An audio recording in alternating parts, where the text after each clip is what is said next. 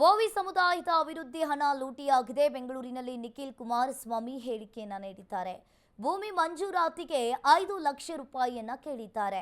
ಕಾಂಗ್ರೆಸ್ ನಾಯಕನೇ ಹಣ ಕೇಳಿರೋದು ಇಲ್ಲಿ ಗೊತ್ತಾಗಿರುವಂತದ್ದು.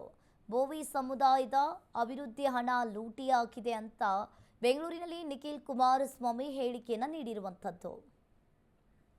ಬೋವಿ ನಿಗಮದಲ್ಲಿ ಅಧ್ಯಕ್ಷರು ನಡ್ಕೊಂಡಿರುವಂತ ರೀತಿ, ಅದರಲ್ಲೂ ನಮ್ಮ ಕರ್ನಾಟಕ ರಾಜ್ಯದ ಒಂದು ಸುದ್ದಿ ವಾಹಿನಿ ನೀವೇನೋ ಒಂದು ಸ್ಟಿಂಗ್ ಆಪರೇಷನ್ ಮೂಲಕ ರಾಜ್ಯದ ಜನತೆಗೆ ಇವತ್ತು ನಿಮ್ಮ ಜವಾಬ್ದಾರಿನೂ ಕೂಡ ನೀವು ಮೆರೆದಿದ್ದೀರಿ.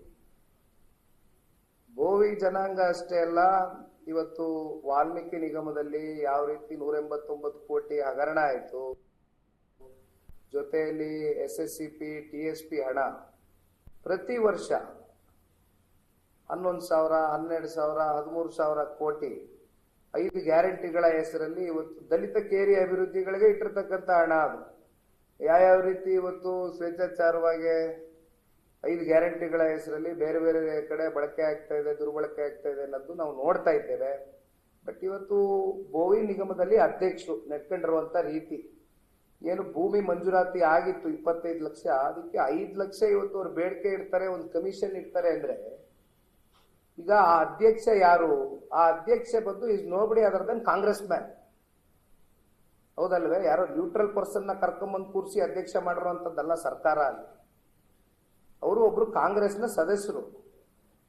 ಬಹುಶಃ ಇವೆಲ್ಲವನ್ನ ನೋಡಿದಾಗ ಮಾತೆತ್ತಿದ್ರೆ ಮಾನ್ಯ ಮುಖ್ಯಮಂತ್ರಿಗಳು ಒಂದ್ ಕಡೆ, ಹಿಂದುಳಿದಿರ್ತಕ್ಕಂಥ ಜನಾಂಗಕ್ಕೆ ಆರ್ಥಿಕವಾಗಿ ಸಾಮಾಜಿಕವಾಗಿ ಎಲ್ಲ ರೀತಿ ನ್ಯಾಯವನ್ನು ಕೊಡಿಸ್ತಕ್ಕಂಥದ್ದು ಕಾಂಗ್ರೆಸ್ ಮಾತ್ರ ಅಂತಕ್ಕಂಥದ್ದು ಇವತ್ತೇನು ಹೇಳ್ತಾರೆ.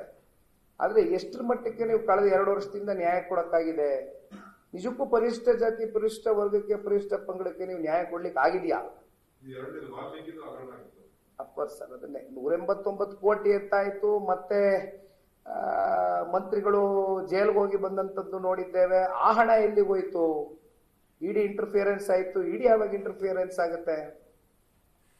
ಬೇರೆ ಇಂಟರ್ಸ್ಟೇಟ್ ಟ್ರಾನ್ಸಾಕ್ಷನ್ಸ್ ಈ ರೀತಿ ಆದಂತ ಸಂದರ್ಭದಲ್ಲಿ ಹಣ ವರ್ಗಾವಣೆ ಆಗಿದೆ ಅಂತ ಒಂದು ಡೌಟ್ ಬಂದಾಗ, ಡೌಟ್ ಬಂತ ಅನ್ನೋದಕ್ಕಿಂತ ಹೆಚ್ಚಾಗಿ ರಿಪೋರ್ಟ್ ಬಂದಾಗ ಬೋವಿ